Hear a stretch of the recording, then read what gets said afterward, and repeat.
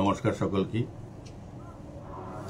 আজকে আগরতলা পৌর নিগমের পক্ষ থেকে আপনাদেরকে আমন্ত্রণ জানানো হয়েছে একটা বিষয় নিয়ে আলোচনার উদ্দেশ্যে বা শহরবাসী বা রাজ্যবাসীর কাছে তুলে ধরার জন্য।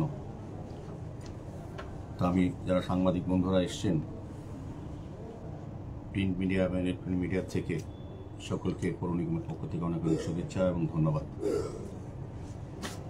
তা আপনাদের মাধ্যমে সারা রাজ্যের কাছে, সারা শহরের মানুষের কাছে একটা বার্তা তুলে ধরার চেষ্টা করা হচ্ছে বিভিন্ন ব্যক্তিবর্গ প্রতিষ্ঠানের পক্ষ থেকে, যে আগরতলা পৌর নিগম বা স্মার্ট সিটি পার্কিংয়ের জন্য রাজ্যের ঐতিহ্যপূর্ণ বিদ্যালয় নেতাজি সুভাষ বিদ্যানিকেতনের মাঠটাকে আমরা ব্যবহার করার জন্য চিন্তা ভাবনা করছি।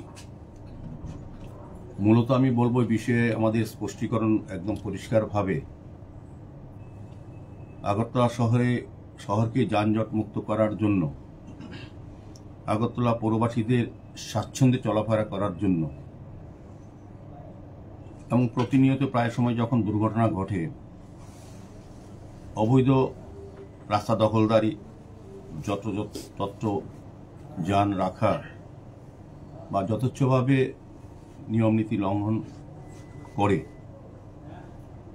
যেভাবে এই শহরে যান চলাচল করা হয় বা যান মালিকরা বা পরিচালকরা, ড্রাইভাররা যারা যেভাবে অনিয়মিত বা বলবো নিয়ম বহির্ভূতভাবে রাস্তায় যত্রতত্র গাড়ি রেখে দেন, সেক্ষেত্রে জনগণের অসুবিধা হয় চলাচলে সাধারণভাবে পথচারী।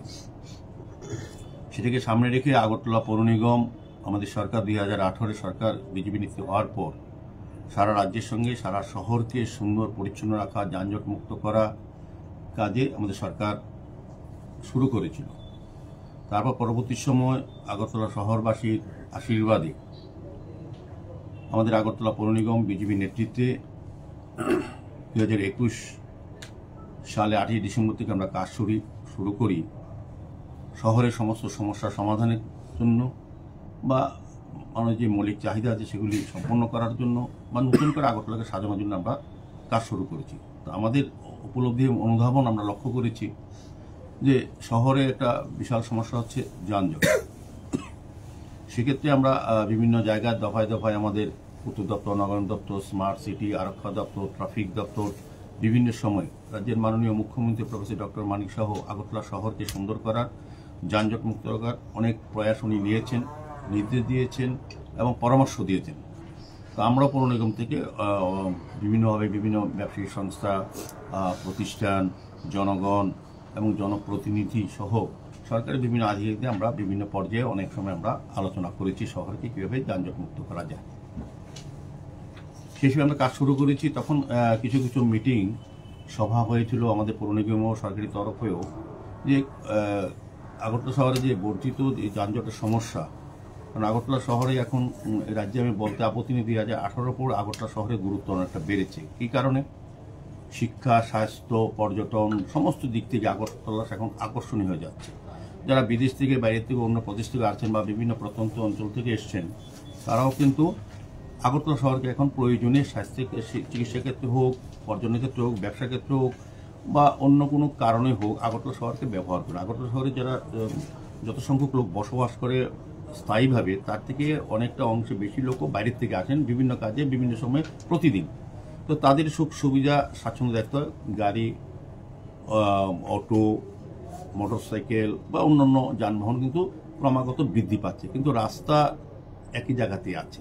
আমরা সংস্কার করছি, বড় করার চেষ্টা করছি, কিন্তু আগরতলা শহরটাকে যেভাবে করা হচ্ছে তার থেকে বেশি পরিমাণে আমরা ইচ্ছে থাকলেও আমরা সমস্ত পরিকল্পনা বাস্তবায়িত করতে পারছি না, এই কারণে, কারণ জায়গার কারণে। তবে আমরা চেষ্টা করছি আগরতলা শহরকে বর্ধিত শহর করে সমস্ত সুযোগ সুবিধাগুলি আগরতলা শহরতলি যারা থাকেন তাদেরকে দিয়ে আগরতলা শহরের লোড কমানো। সেদিকে আমাদের সরকার, আমাদের মুখ্যমন্ত্রী প্রতিনিয়তই চেষ্টা করছেন, বিভিন্ন আলোচনা করে এবং পরামর্শ দিচ্ছেন। সেই হিসেবে আমরা কাজ করছি। তো আমরা সম্প্রতি যে সভা আমাদের মিটিং হয়েছে, তখন কিছু জায়গাকে আমরা পার্কিং জোন হিসেবে চিন্তা ভাবনা করেছি যে এই জায়গাগুলি যদি আমরা পেয়ে যাই তবে ওই জায়গার স্থিতি অবস্থা অক্ষুণ্ণ রাখবে। যেমন নেতাজি স্কুলের বিষয়টা এসেছিল, এখানে বলা হয়েছে এখানে বিভিন্ন আন্দোলন করা হচ্ছে, অনেকে ব্যানার নিয়ে বেরিয়ে গেছেন সুযোগ মতো করে আমাদের সরকার এবং আমাদের পৌর নিগমকে মেলাইন করার জন্য উদ্দেশ্য নিয়ে। আবার অনেকে কিন্তু ভালো উদ্দেশ্যে, যারা এই স্কুলকে ভালোবাসেন, যারা স্কুলে পড়াশোনা করেছেন বা স্কুলকে চিন্তা ভাবনা করেন বা সামগ্রিক শিক্ষা ব্যবস্থা যাতে সুন্দর থাকে, প্রতিষ্ঠানগুলি ভালো থাকে, সেদিকে অনেকে শুভবুদ্ধি সম্পন্ন মানুষও আছেন, তারাও কিন্তু উদ্বেগ প্রকাশ করেছেন, হয়তো সবটা বিষয়টা এতটা গভীরে না গিয়ে। এদেরকে ধন্যবাদ জানাই। এটা খুব ভালো লাগলো যে মানুষ সচেতন, চাইছেন ভালো কাজ করা, সরকারের পক্ষে থেকে সরকারকে সহযোগিতা করা। তো সেক্ষেত্রে কিছু কিছু ভুল বিভ্রান্তি অনেকে ছড়িয়েছেন যার যার মতো করে, যার যার উদ্দেশ্য নিয়ে। তো আমি বলবো যে নেতাজি স্কুলের মাঠ নিয়ে আমাদের ভাবনা, এখানে আলোচনা অনেক জায়গা পার্কিং জোনের জন্য শুধু নেতাজি স্কুল মাঠ নয়, অনেক জায়গা তৈরি করা হচ্ছে, কারণ আমাদের নির্দিষ্ট কোনো পার্কিং জোন ছিল না। এখানে মল, সিনেমা মল, অনেক ব্যবসায়িক প্রতিষ্ঠান হয়েছে, কিন্তু পার্কিংয়ের কোনো ব্যবস্থা মতো করা হয়নি। আগে যারা পৌর নিগমের দায়িত্ব ছিলেন, যারা সিপিএম পরিচালিত বামফ্রন্টের সরকার ছিলেন, তারা কিন্তু ওই দিকটা লক্ষ্য করেনি। আমাদের সরকার আসার পর আমাদের মুখ্যমন্ত্রী চেষ্টা করছেন শহরকে সুন্দর পরিচ্ছন্ন রাখার, যানজট মুক্ত রাখার ক্ষেত্রে বিভিন্ন নির্দিষ্ট পার্মানেন্ট প্ল্যানিংয়ের মাধ্যমে কাজ করার চেষ্টা করছে আমাদের পৌর নিগম। সে হিসেবে কিছু স্থানকে আমরা নির্দিষ্ট করেছিলাম আলোচনার জন্য। তো নেতাজি স্কুল মাঠটাকে আমরা আমাদের যারা সেদিনে সবাই মিটিংয়ে ছিলেন আধিকারিকরা, তারা চিন্তা ভাবনা বিকল্প হিসাবে অনেকগুলি জায়গা, আগরতলা শহরে শুধু নেতাজি স্কুল মাঠ নয়, অনেকগুলি জায়গাকে আমরা চিন্তা ভাবনা করেছি যেগুলি করা যাবে কি না। সেই আলোচনার মধ্যে নেতাজি স্কুল মাঠটা ছিল। এই মাঠটাকে যদি আন্ডারগ্রাউন্ড পার্কিং জোন করা হয়, ওপরে মাঠটা যেটা আছে তার থেকে ভালো করে একদম সুন্দরভাবে মাঠটা তৈরি করা, যাতে সবসময় নেতাজি স্কুল যেই কাজে মাঠটা ব্যবহার করা বা এলাকার লোকের যারা ক্রীড়ার সঙ্গে যুক্ত আছে, বিভিন্ন প্রোগ্রামের সঙ্গে যুক্ত, তারা যাতে মাঠটা ব্যবহার করতে পারে এবং আগের অবস্থায়, কোনোটাই আগের অবস্থা বর্তমান অবস্থাকে নষ্ট করে নতুন কিছু করার না, নতুন যখন হয় তখন আরও বরং পূর্ব অবস্থাকে আরও সুন্দর আধুনিক করা হয়।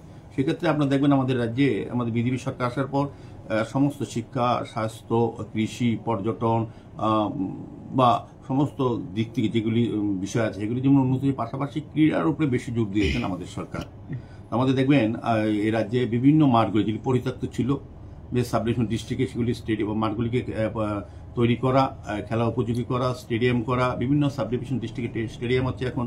এবং পাশাপাশি আপনি দেখবেন সিনথেটিক টার্ফ করা হচ্ছে আগরতলা শহর সহ বিভিন্ন জায়গা, বিভিন্ন সাব ডিস্ট্রিক্টে কিন্তু এখন মাঠগুলিকে উপযুক্ত করা হচ্ছে। মানে আমাদের সরকারের দৃষ্টিভঙ্গি হচ্ছে খেলার মাঠ যাদের জন্য সেগুলি আর সুন্দর করা, আধুনিক করা, এবং যাতে প্রতিভাগুলি, গ্রামের প্রতিভাগুলি সুন্দরভাবে সুযোগ পেয়ে শহর হয়ে, রাজ্য হয়ে, যাতে আমাদের দেশীয় আন্তর্জাতিক পর্যায়েও তাদের যাতে সুনাম অর্জন করতে পারে। সেক্ষেত্রে প্রতিভাগুলি বিকাশের ক্ষেত্রে আমাদের এবং স্কুলে যাতে যারা পড়াশোনা করে ছাত্রছাত্রীরা তাদের যাতে শারীরিক শৈলী বিকাশের ক্ষেত্রে, সুস্থ রাখার ক্ষেত্রে, এবং আমাদের রাজ্যের মাননীয় মুখ্যমন্ত্রী প্রফেসর ডক্টর মানিক সাহা নীতিশ সরকারের যে আমাদের নেশামুক্ত ত্রিপুরা গঠনে যে আমরা ডাক দিয়েছি, এই আন্দোলনের সঙ্গে আমরা যারা জড়িত আছি, আমরা চাইছি যত বেশি সংখ্যক যুব সম্প্রদায় থেকে যুব সমাজকে সাংস্কৃতিক এবং ক্রীড়া অঙ্গনে তাদেরকে আবদ্ধ করা, তাদেরকে মাঠমুখী করা।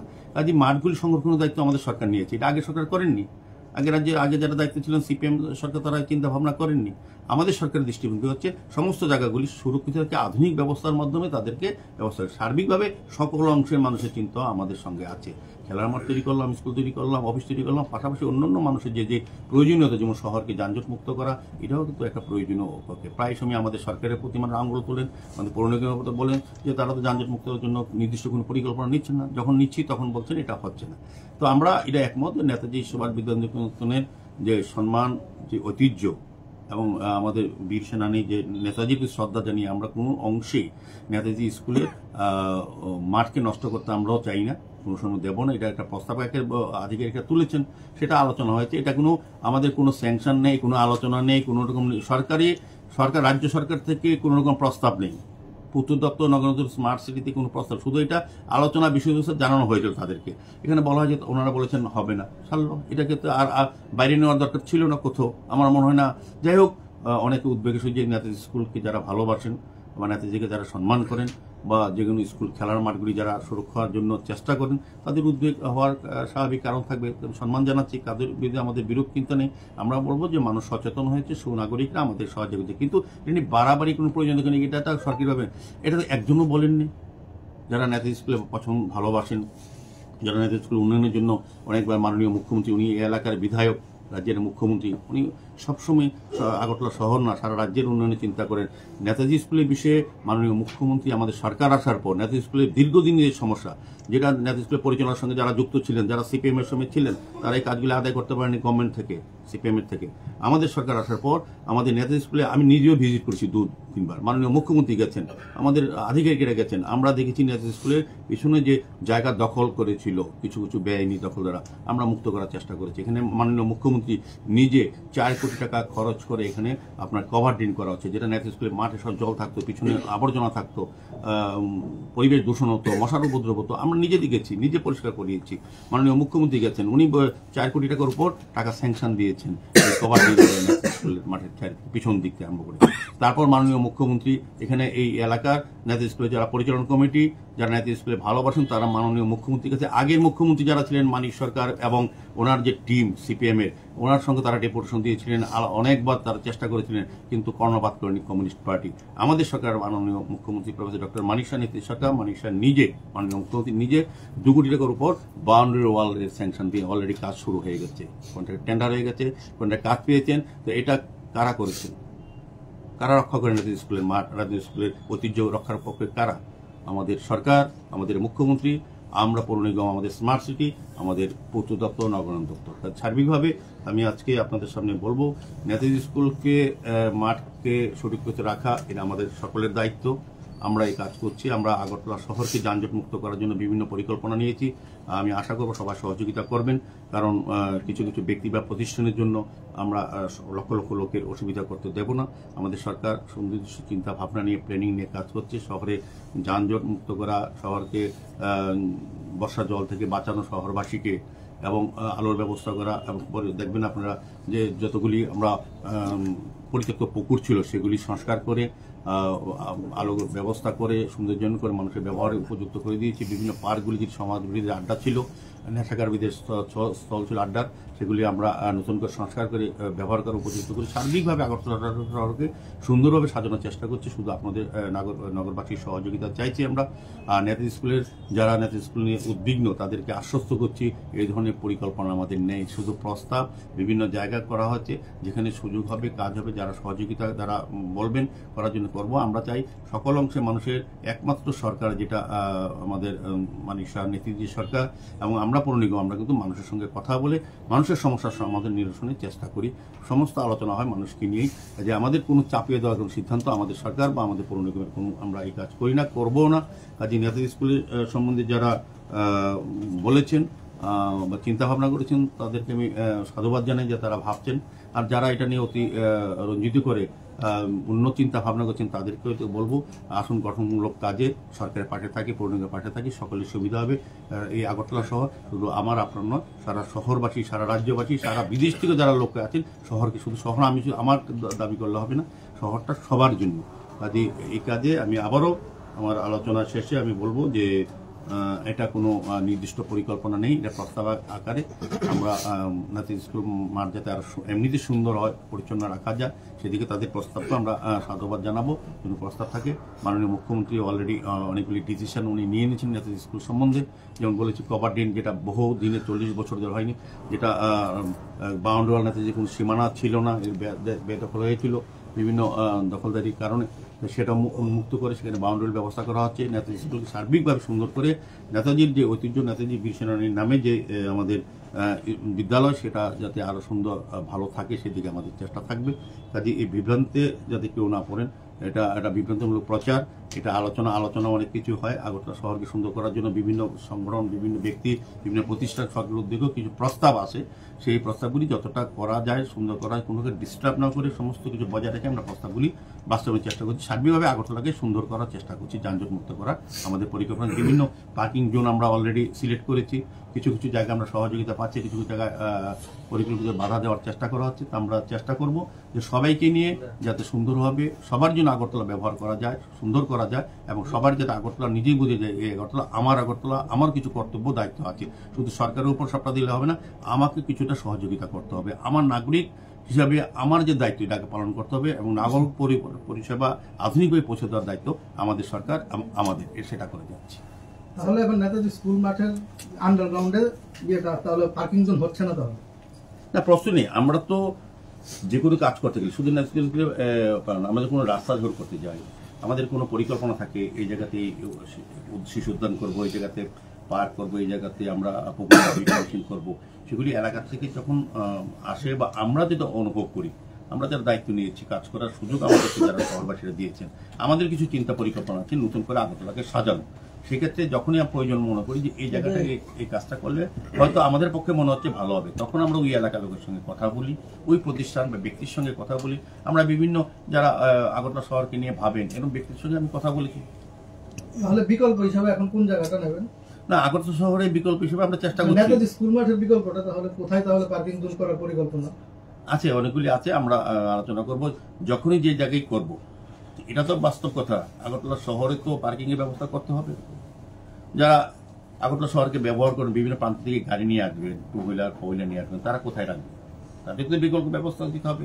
তার মানে তারা কামানচৌমনি, পোস্ট অফিস, সুযোগ চৌমনি মেইন রোডে রাখবেন, এটা না, এটা আমরা বরদাস্ত করবো না। সেক্ষেত্রে আমরা নির্দিষ্ট পার্কিং জোন আমরা চেষ্টা করছি। এটা একটা প্রস্তাব ছিল, এটা নিয়ে কোনো পরবর্তী সময় কোনো আলোচনা হয়নি, কোনো স্যাংশন হয়নি। সরকার, রাজ্য সরকার বলেননি, উত্তর বলেননি, স্মার্ট সিটি বলেন। আমরা শুধু ওই মিটিং এ যেহেতু আলোচনা হচ্ছে, অনেকে প্রস্তাব রাখেন।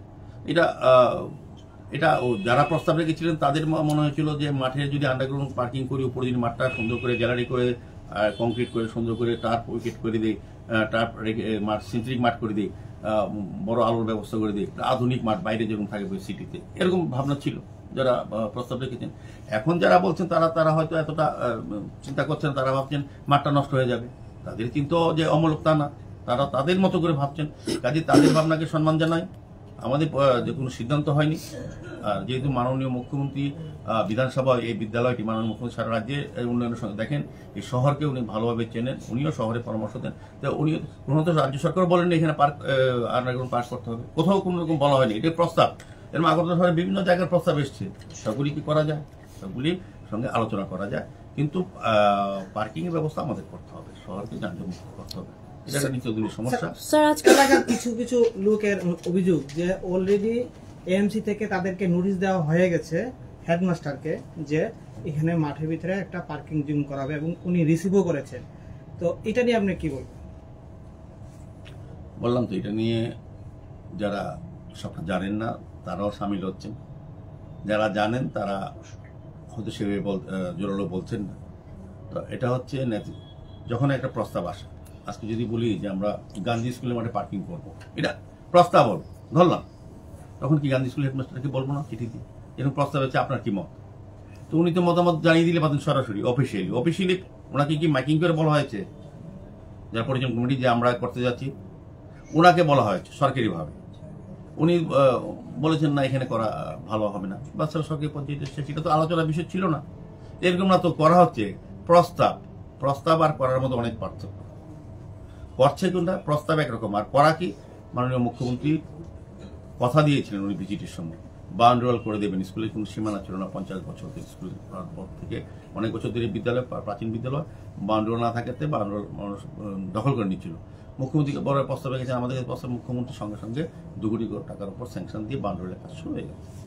তারপর আপনার কভার ড্রেন দেখেছি পিছন দিকে, এটা বিশাল সমস্যা। স্কুলের পাশে দিয়ে ড্রেন, জল জমে থাকতো, নোংরা, এই এলাকায় জল থাকতো, মাঠে জল ঢুকতো। মুখ্যমন্ত্রী 4 কোটি টাকা খরচ করে কভার ড্রেনের ব্যবস্থা করে দিয়েছেন, স্যাংশন হয়ে গেছে। নেতাজি স্কুল নিয়ে কিন্তু আমাদের সরকার ভাবছেন, এখানে এসব অকল্পনীয় চিন্তা করার ভাবনা কিছু নেই। এটা প্রস্তাব দিয়েছেন, এটা নোটিশ কাউকে দেয়নি, দেখাতে পারবেন একটা নোটিশ কাউকে দিয়েছে, যে কোনো বাড়ি দিয়েছে।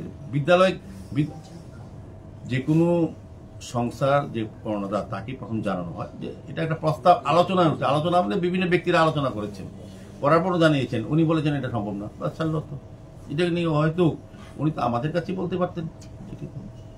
এটা তো এইভাবে কাউকে বলা বা বললাম তো, এটা তো যারা, আমি তো তারপরও বলবো যারা নেতাজি সুভাষ বিদ্যালয় নিয়ে যারা চিন্তা করছেন, যারা দুশ্চিন্তা হয়েছে বা উদ্বেগ বেড়েছে, তাদেরকে ধন্যবাদ জানাই যে তারা নেতাজি স্কুল নিয়ে ভাবেন, চিন্তা করেন। যারা ছাত্র প্রাক্তনীরা এবং যারা শিক্ষাবিদরা বা ক্রীড়াবিদরা, যেই সাধারণ মানুষ যারা বলেছেন, তারা চিন্তা ভাবনা করেছেন, তারা উদ্বিগ্ন হয়েছেন, তাদেরকে সম্মান জানাই।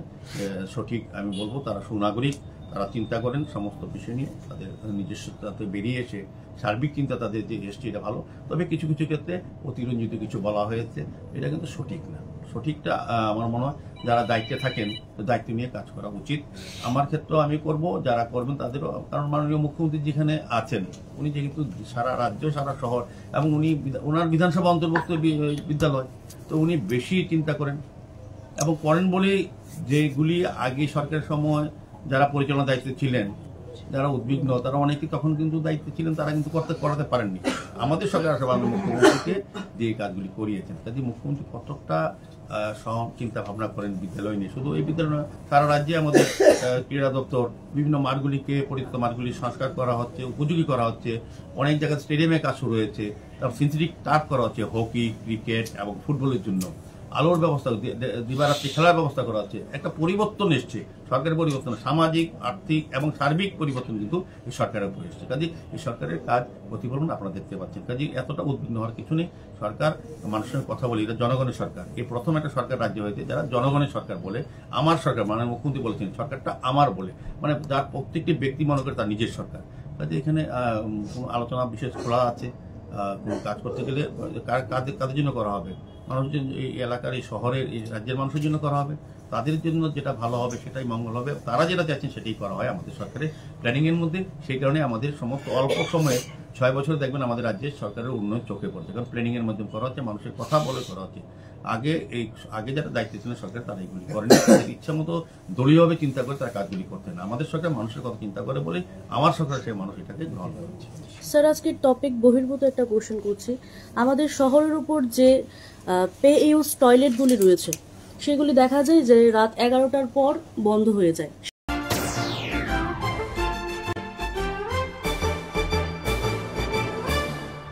রান্নার স্বাদ এবং গুণমান বৃদ্ধি পানি সিস্টার গুঁড়া মশলা, সয়াবিন আটা সুজির পর প্রত্যেকের সুস্বাস্থ্যের জন্য এবার রান্নার তেলের দায়িত্বেও sister kachi ghani mustard oil. Sister, আপনাদের বিশ্বাস আমাদের দায়িত্ব।